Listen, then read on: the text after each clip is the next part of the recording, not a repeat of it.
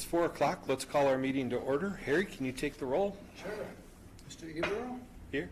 Mr. Kaplan? Here. Mr. Miller? Let's see, Mr. He Miller. said he would not be here. Mr. Borgman is here. Mr. Paschal? Here. And Mr. O'Reilly? Here. And we have Natasha remotely. Mr. Tompkins, remote. Hello. Okay. Nick, was the meeting appropriately noticed? Yes, just sent out the notice to the City Hall and to library for posting, also to various media outlets, and we also posted it here at the office. Great, thank you. Public comment period. At this time, the commission would recognize members of the public who've indicated a desire to address the commission. Do we have any members of the public today? Seeing none. Number 4, commissioner and staff comments. Commissioners, anything before we get started? Any staff comments today? Not today. Number 5, Municipal Code Section 14-36 update. Yes, so this is the update to the Municipal Code Section 14-36. I completed an initial review with the Common Council on July 25th. Overall, there was general support for going through the updating process. Some of the updates that they provided me based on some of their initial comments, both during the meeting and then afterwards, included actually setting the compensation at the $600 level, which was something this body talked about. They also talked about reducing that expenditure level. If you remember, I had that at $5 million, down to $2.5 million. And then also adding some clarity just to ensure that projects aren't split up to somehow intentionally try to circumvent the Common Council. And that was added in there to provide some coverage to make sure that to meet that request. So the first reading is tomorrow night, and then we'll see where the council wants to take it. I guess welcome any questions or comments you guys might have. Yeah, that all sounded pretty good and clarified it a lot. Did anybody have anything? Natasha, go ahead. I would just say that some feedback I have heard from some council members is that the 2.5 million is quite a large jump, and so just as just to kind of be aware that that's considered quite a large jump, and maybe that would be a lower number that the council would feel more comfortable with. Thank you. Anything else? So that's just going to continue through the process then with the next reading? Yep. Thank you. Item 6, strategic plan review. So this continues our strategic plan review. In the memo, you'll find a bunch of different alternatives. Some of those are based on your discussion at the last meeting, and then some that the management team came up with. The goal here really is trying to narrow in on a mission and vision. Obviously, we could select one of the alternatives directly, look at mix and matching, or obviously deriving a completely new one, different than what's on the sheet for you. I believe all of them are pretty straightforward, I guess, as far as the content goes. The only one that might be a little out there is as a vision. It says 100% in everything. The thought process behind that one is really just 100% reliability and quality of service being our vision. I think the thought was, our customer base reliance on our services continues to grow, and any disruption obviously creates some challenges. So that was kind of the thought behind that one. But I guess swing it back to you guys to let us know which way to go next. Well, great. Who's got some thoughts? Well, okay. For the mission, I liked alternative number 2. I mean, I could live with any of them. There's nothing there that says, screams at me, don't do it. But I just think number 2 the best. It seemed a better wording than number 1, even though it says the same thing.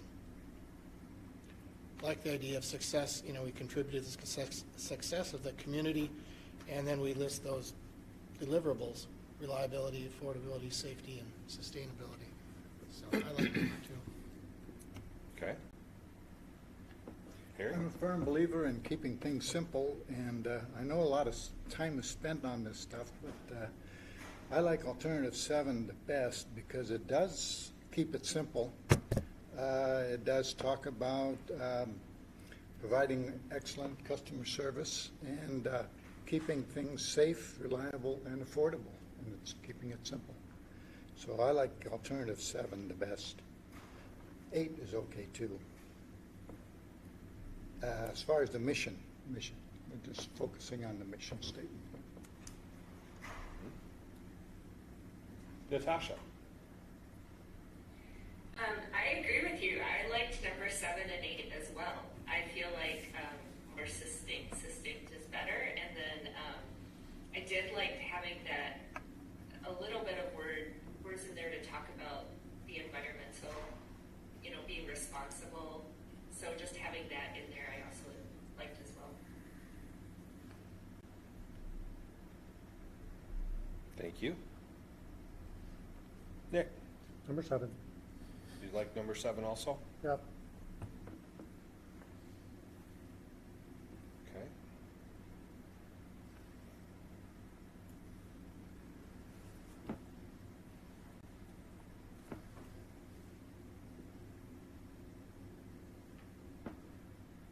What does the success of our community look like?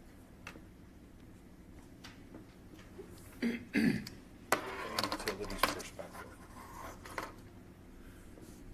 Clean water, safe.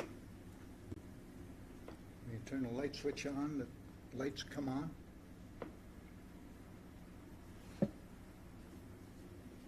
So if we're in number 7, those things are contributing to the success of our community.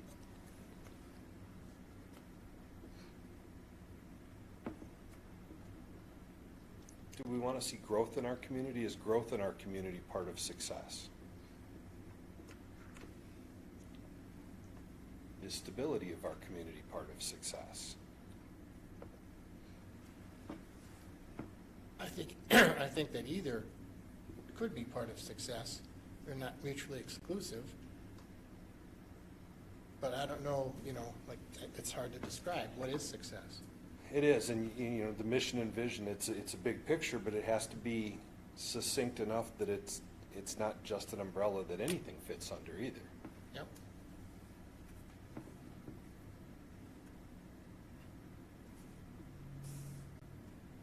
Natasha?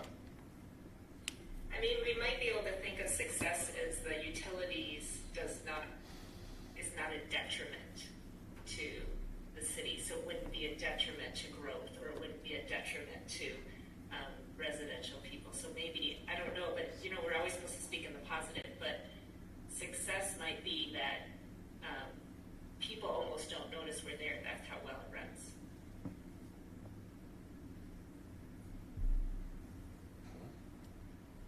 Nick?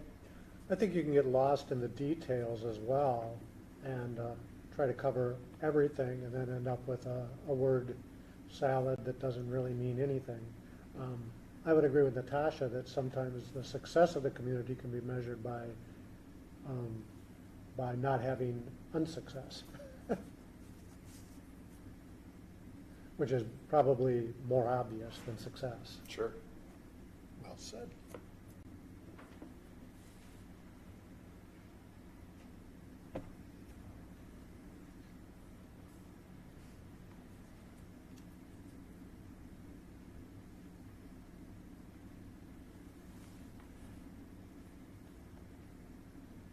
Other thoughts?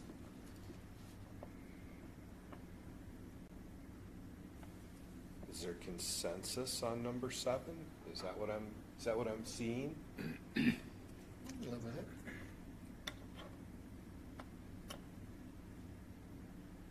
Sure. I see nodding. All right. Is there a vision that you like to go with that? Well, I still like the vision, the way it's worded now. I don't see any need to change that. I did too. I thought that, I didn't see anything that I liked better, let's put it that way. But that the current Well, I think that's a great starting point, since we're really just, is there a reason to change off of what's there?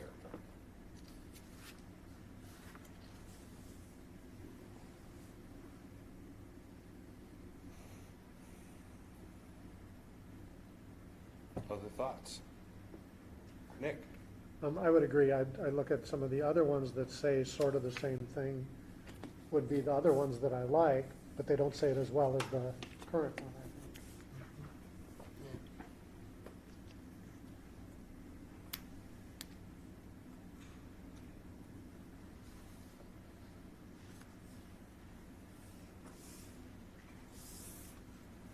think.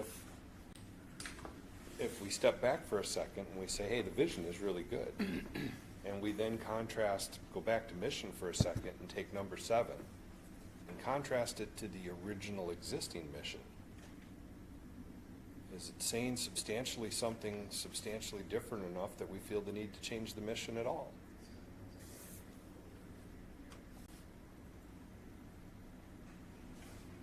Do you have that on there? Yeah, you do. Current.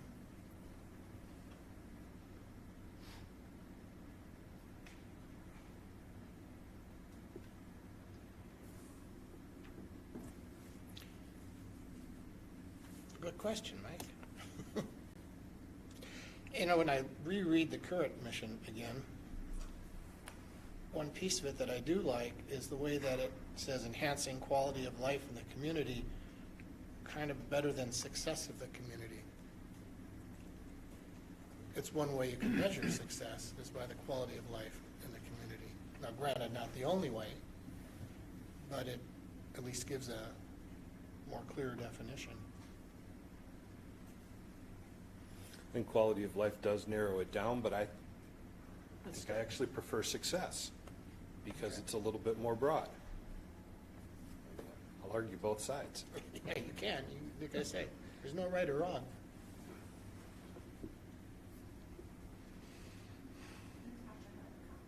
Natasha? You know, when I read the quality of life, it did immediately, my mind flashed to all the places that Marshfield Utilities has donated to, whether Halfco Pool or the YMCA, I think they donated to the YMCA, various places. So I thought of that as utilities as a player, a key component in our community for enhancing our quality of life. So that's just what I thought when I heard that. So success does sort of have a different flavor to it. So I think it might depend on what we mean by enhancing quality of life.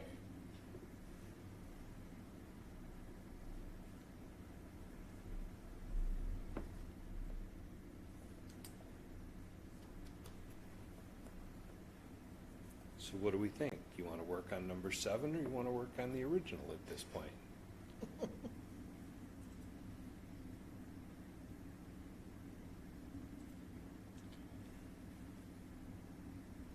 I guess, just a general thought as it relates to the current and the alternative number 7.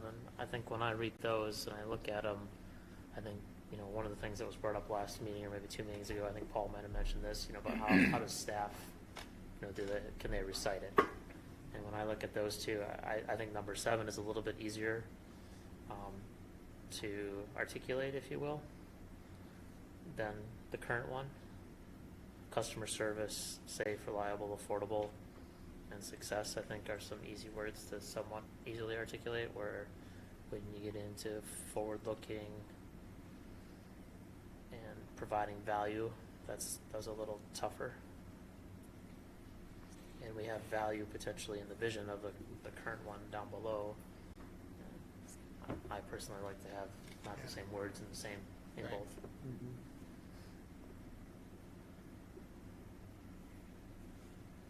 And I would agree. I think 7 is the one to move forward with. Okay. So we have consensus still on number 7 after testing it against the current, and the vision seems to have current as good. Any further discussion on that, or we don't have to vote on this, do we? No, This we'll, is just consensus so you can help build your plan. yeah, once we get the full plan, then we'll look for approval of the body. Okay. Any dissenting ideas there before we move on? Okay. Number 7, the Economic Development Board quarterly update. My last one. Okay, for July, so let me kind of review. At the May meeting from EDB, we elected officers. Mary Jo Wheeler was reelected as chair. Ken Bargander was elected as the vice chair.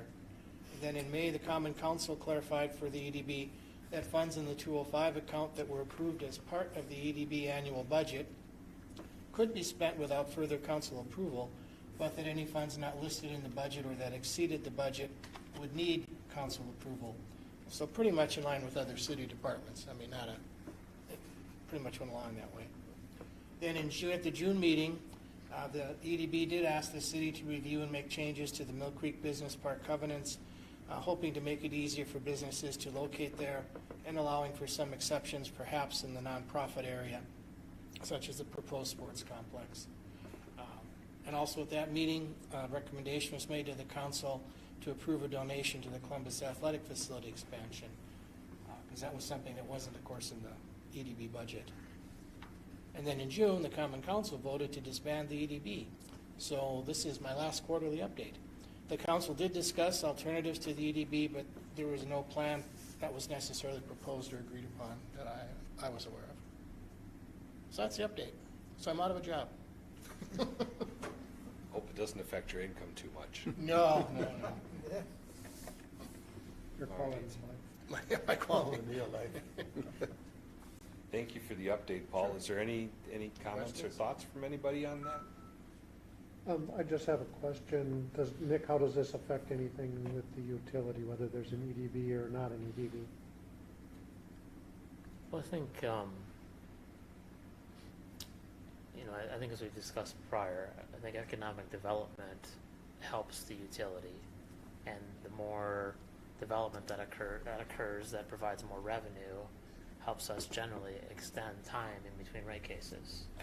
So without having potentially a direct organization group focusing on it, that is a little, I don't know, let's say concerning might be a strong word, but it just means there might be a gap out there that hopefully the council is looking at or thinking about, or maybe something that this body needs to be thinking about and talking about, and saying that there's new ways of providing that. I mean, I think economic development is an interesting word, and if you ask anybody, if you ask all of you, there'd probably be some different definitions. From my perspective, I think as a three-legged stool, and stool one leg and all legs of the stool have to grow evenly, otherwise the stool obviously will tip over. And I think a lot of people think about new business as the number one, but in reality, 90% of business growth is existing businesses, retainage and growth of existing. So I think that's obviously one leg of the stool. The second leg of the stool is the workforce, and that's through obviously attraction, but also retraining or just training in general. And then the third one is quality of place, and that gets into the amenities. If you look back, there was a report I read a while ago that just talked about where is the growth happening, and obviously you see it in some of the big metros, but outside of that you're seeing it in recreational areas. North of us and south of us is where there's been somewhat of an expansion, because they have the big hills to ski and sled, and they have the lakes and so on. So I think those are areas that our community has some growth opportunity, and we need to have other people focusing on that to grow. I think for years we gave a dividend to the city that was tagged exclusively for economic development. So I think it's safe to say that the commission has put their money where their mouth is, that economic development was important to the community. We always did it as a donation, as a dividend, and never were involved all that much in the performance of it or the measuring of it, or we're trying to define what economic, what it looked like. From the utilities perspective, it's pretty easy to define. It's a lot easier than for the city. It's just simply, are we getting more load? Are we getting more meters? And that's, I think, still important. Where where the money that's in the 205 fund goes, how it gets used for economic development, you know, how the council moves us forward so that there continues to be economic development, what it's measured like. It's all very interesting. And, you know, I've expressed my personal concerns before about the changing of the dividend so that it's not tied to economic development and its increase. And not even having an economic development committee or group, I think, makes it even harder for the city to defend if the PSC questions whether we're giving money for economic development purposes or not. Time will tell. Mike? Thanks. I'm just curious, is there, through the donations that go to the city of Marshfield, can the utility determine where those go and offer it as an economic development for specific cases, and rather than potentially dealing with it in limbo right now?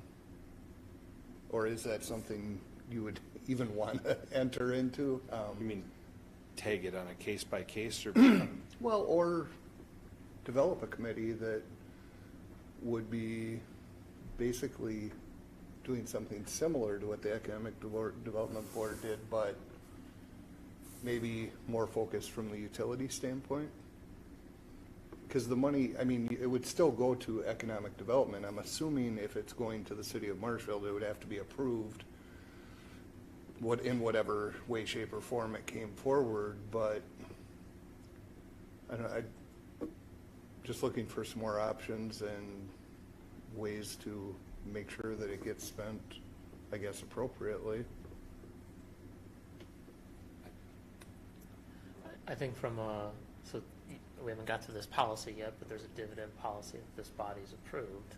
I think that you have the opportunity to structure that policy however you'd see fit. And if you developed a sub-body of this group or brought in a committee from external, you know, however that structures, you could set that up. But then, yeah, you could also provide requirements, restrictions, however you wanted to do that to allow the money to flow. Obviously, we'd want to make sure that the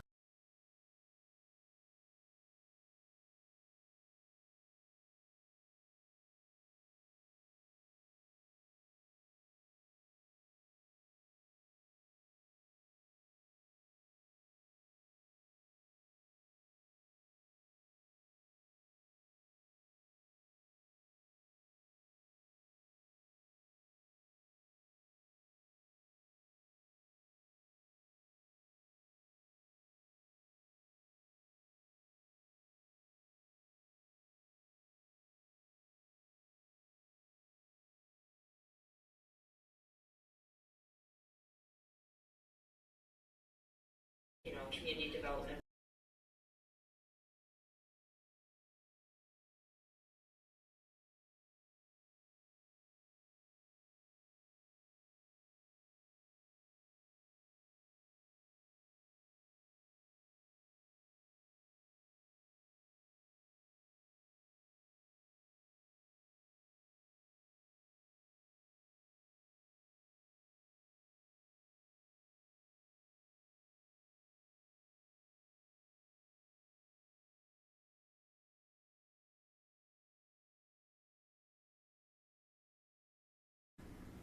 and as we talked, economic development is very wide-ranging.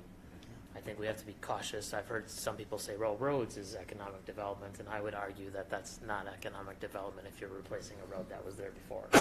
If you're building a new road for a subdivision or a new business, well, then maybe I can kind of get behind that in some degree. But so that's where it gets kind of tricky, is what one group or person's definition is and what another's is could be completely different.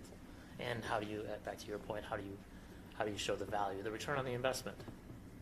So philosophically, over the time I've been on the commission, Harry, you've been along for much of it. I mean, we have taken a deep look at multiple points as to what involvement the utility should have in economic development, whether it's write a check and let the EDB and the council do what they will with it, or whether it's, you know, don't write a check but get the utility involved in doing economic development. We always opted for write the check and let the parent in this parent-child relationship do it, but I think this almost requires that we take another look at philosophically and strategically what makes sense for the city and for the utility, and we've got to have some conversation with council at the same time on that. I agree. I think to your point, one thing you'll notice if you go out and look, especially the investor-owned utilities, you'll find on their webpage, they have area staff dedicated just to economic development. Absolutely. Nowadays, majority of the larger requests that we're getting, the challenge is infrastructure. It's the utility infrastructure that's driving, what happens, how long it takes, things like that. It's maybe a little bit less so some of the items it was prior. So we do play a heavy part, and maybe there is some potential there. But it is a team thing. It requires Yeah. resources from across the community to do it well. And I think, one of the things I've noticed, and as I've been thinking about this topic in my head, is that, you think about a project, we built a building, we had a project manager. I think when these developments are coming together, every community is different. And you almost have to have somebody within the community, someone on staff, that's basically a project manager to take the project and say, here, this is how you navigate through all the different steps that need to be done, if it's the permitting, the DNR, and so on, so that they can get to the finish line and feel like they're being guided and helped versus trying to feel like they're running up against a brick wall. When I did my stint on EDB and really took in the learning and did the studying and looked at the communities that were being successful, that was a common thing across them.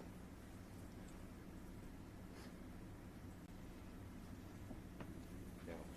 So I think actually the redo of the strategic plan gives us the platform to continue this discussion about what role do we think the utility should play in economic development over the next period of years. So how do we keep that conversation going amongst ourselves and also with the council? Is that enough of a focus on it, do you feel? Or does there need to be an agenda item or some type of something more?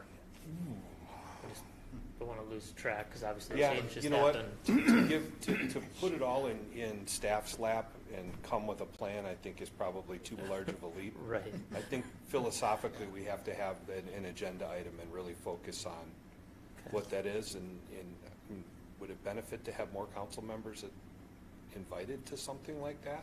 Or is that really something that we as a group just at the utility level need to talk about first? I think maybe first at the utility level, and then you want to just take a shot in the dark. I think we want to have our act together somewhat too. Natasha, go ahead. Well, and I think it would also be helpful for the council if there was sort of a statement that the utility provided that said, hey, economic development from the utility perspective is the expansion of our services. We see this three-legged stool. Examples of that would be blank, blank, blank. Even just having something like that would be helpful for helping people to focus.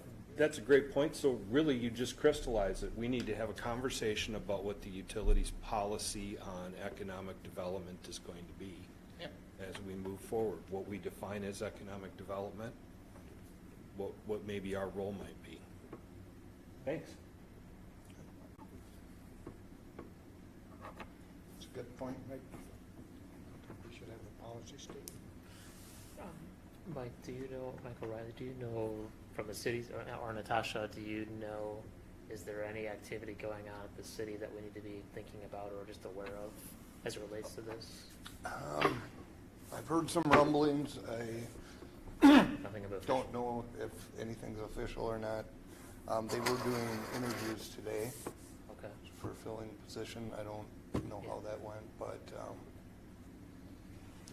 it's all. Just all want I to make know. sure this group Yeah. doesn't do a bunch of work, and then Yeah. obviously there's another Yeah. road being paved, if you will. That position had more responsibility than just economic development, right?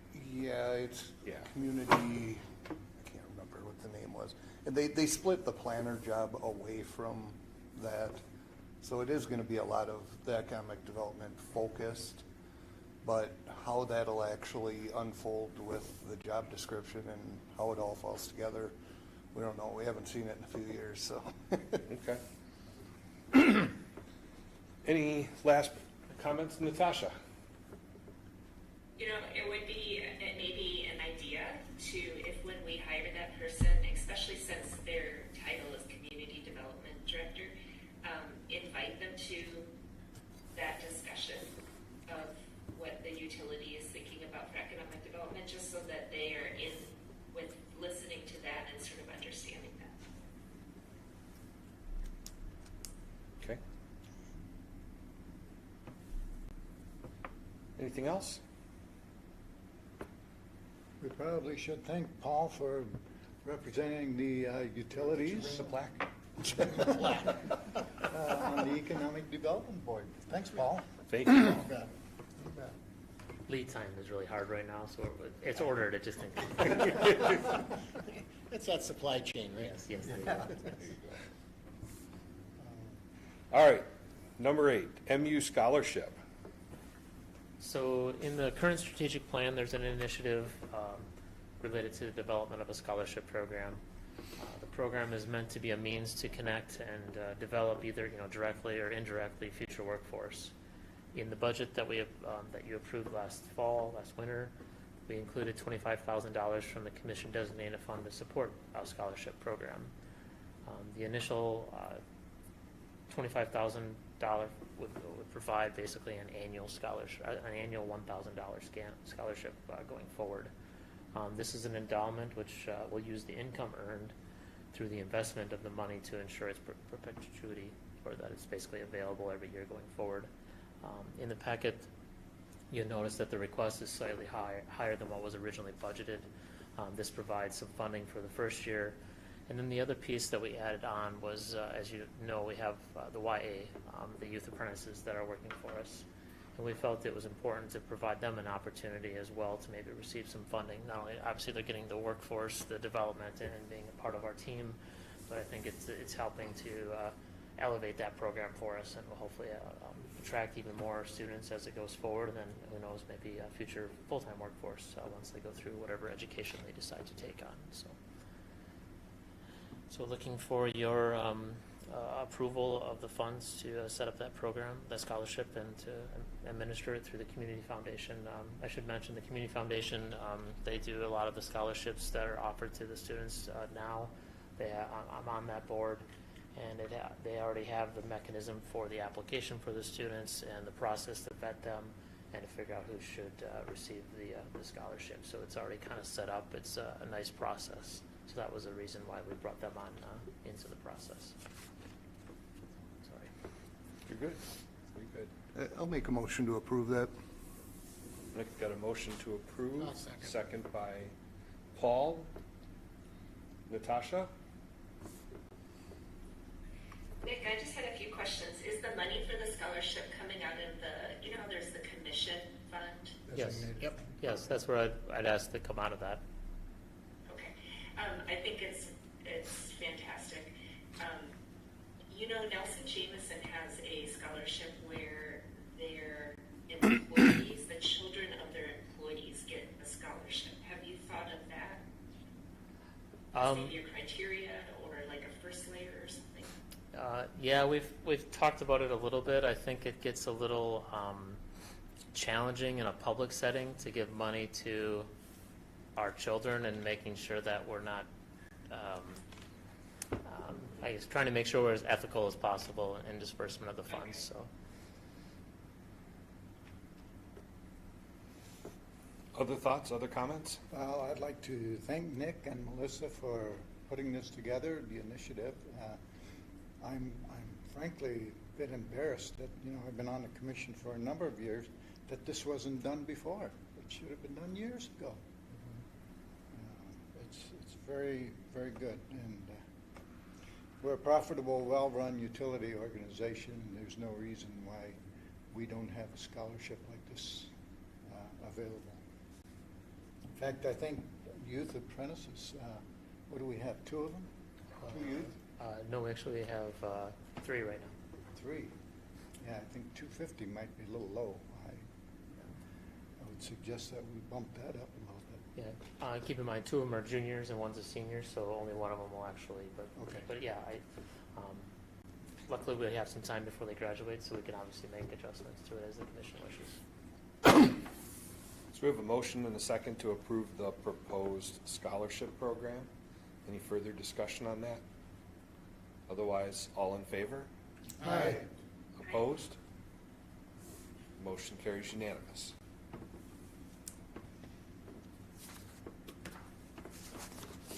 Number 9, commission orientation. We continue on our travels through the policies. Number 1165 is the red line version that we left off last time. So this one's looking for an approval to change it. Yes. And there was just the one tweak to adjust for the number of commissioners. Yeah. Do I have a motion to approve the Make a revised motion to approve 1165? this one. Harry, second by Paul. All in favor? Aye. Opposed? Motion carries. Number 1210, information and support to the commission. Who's got some thoughts on any changes or updates that this one needs?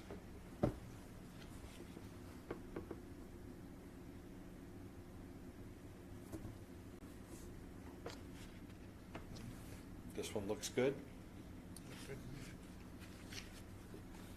1215, strategic plan.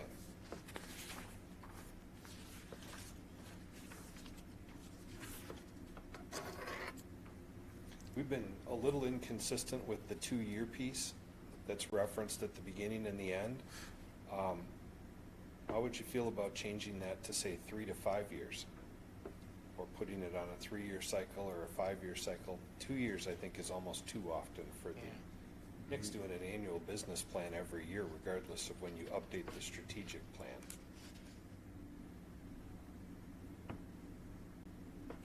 I should ask, you are doing an annual business plan. Yeah, I mean, I guess as far as the timing, I think you could extend it and we could do reviews, and it's not something, we do the quarterly review where we provide updates, but we could do an annual review where we're looking through the whole thing, I guess.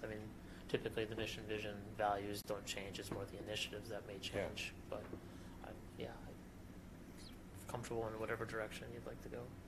Or do you like 2? Well, it says at least every 2 years or more.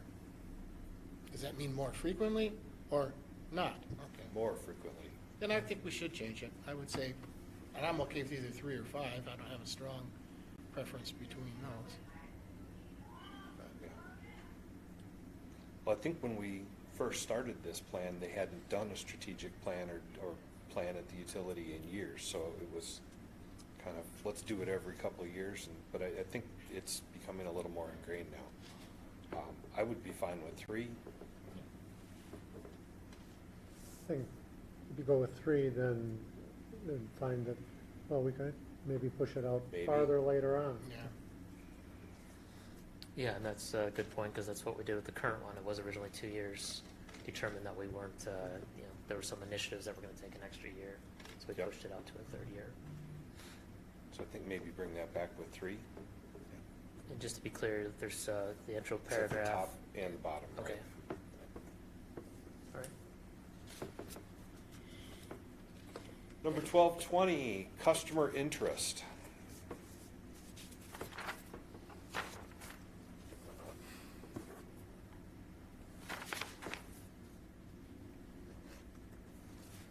Thoughts, suggestions, improvements? Generally getting head nods. Looks good to me. Bobblehead night. 1222, service opportunities. Suggestions there? Nope. Again, Looks good. pretty good.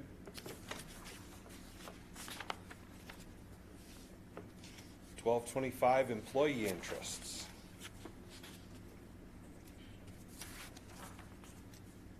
This batch was pretty easy. All right, If no other comments in that batch, moving on to number 10, KPI.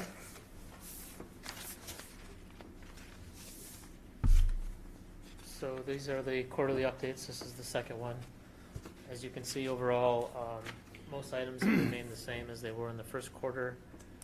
I will note two areas. One was the network phone uptime. That continues to be yellow. As you remember, at the last meeting, we talked a little bit about some of the phone issues that we are experiencing, so that contributes to that. And as both Joe and Nate talked about, we're working on making improvements to reduce those issues in the future.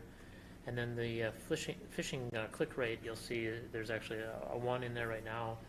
That's actually being reviewed for a false positive. What happens is we use software to monitor clicks, and there's when an email comes in, there's email scanning that scans it for viruses. And the software that monitors might be thinking the scanning email is actually clicking on it, but it's not really clicking, it's just its process to look at it. So they're just trying to go through it and rectify that. So ultimately, we don't think there was a click. It's something that just happened with the software, but we wanted to at least report it on here at this time because that's what it is. So, but yeah, otherwise everything else is okay. Any questions or comments on the KPIs? Looks good. Nice to see a lot of green. That's what it's supposed to have. I agree. All right, thank you for putting that together. Number 11, the job orders. You had one? Yes, so one job order for consideration, it's job order 18296. This is this relates to our high-pressure sodium to LED citywide changeout for streetlights in this calendar year, 2024. The description of the project is removing our 100, 150, and 250 watt high-pressure sodium and replacing them with LEDs.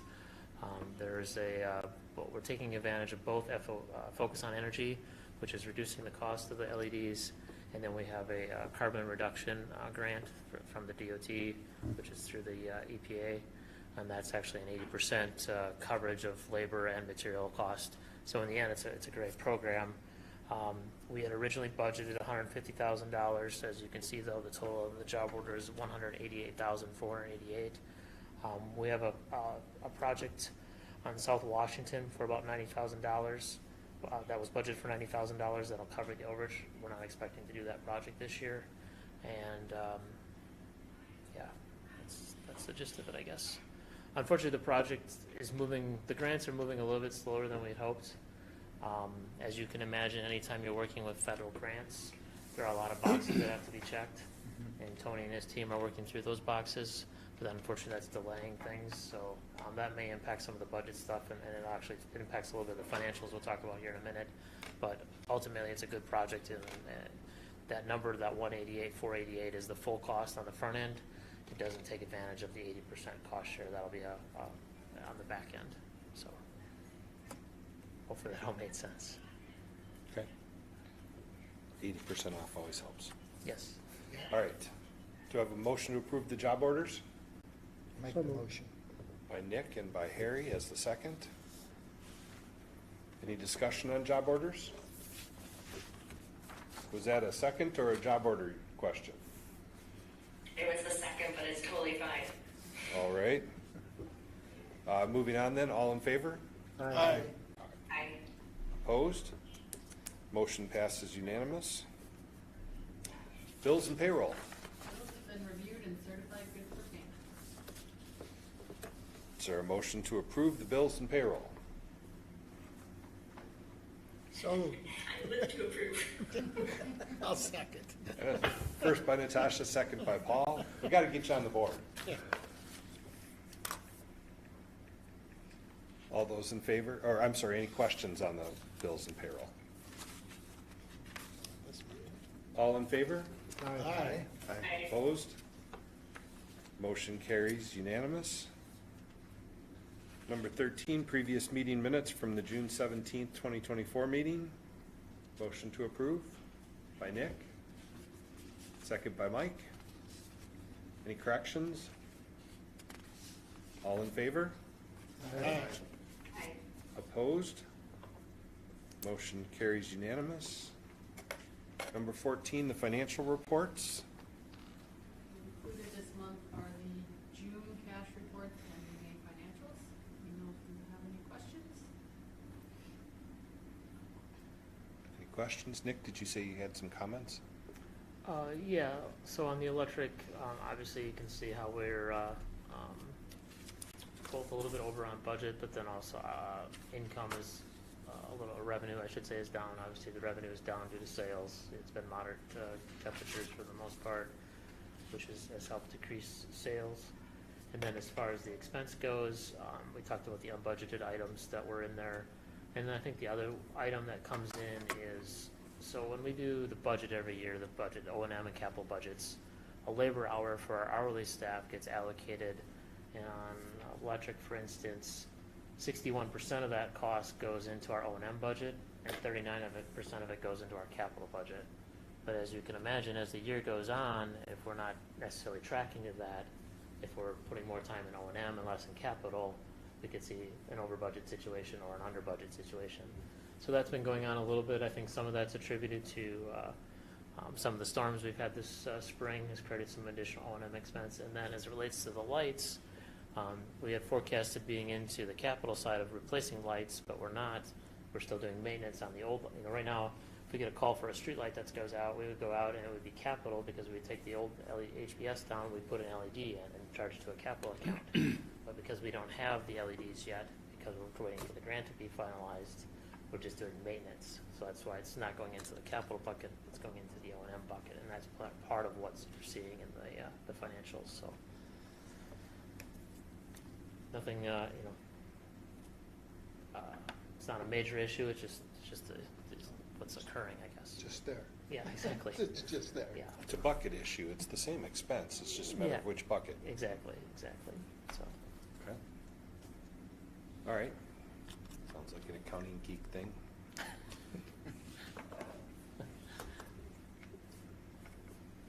That's financial reports information only. If there's no other questions, I'd entertain a motion to adjourn. Move. No, second. Second by Paul. All in favor? Aye. Aye. Opposed? We're adjourned.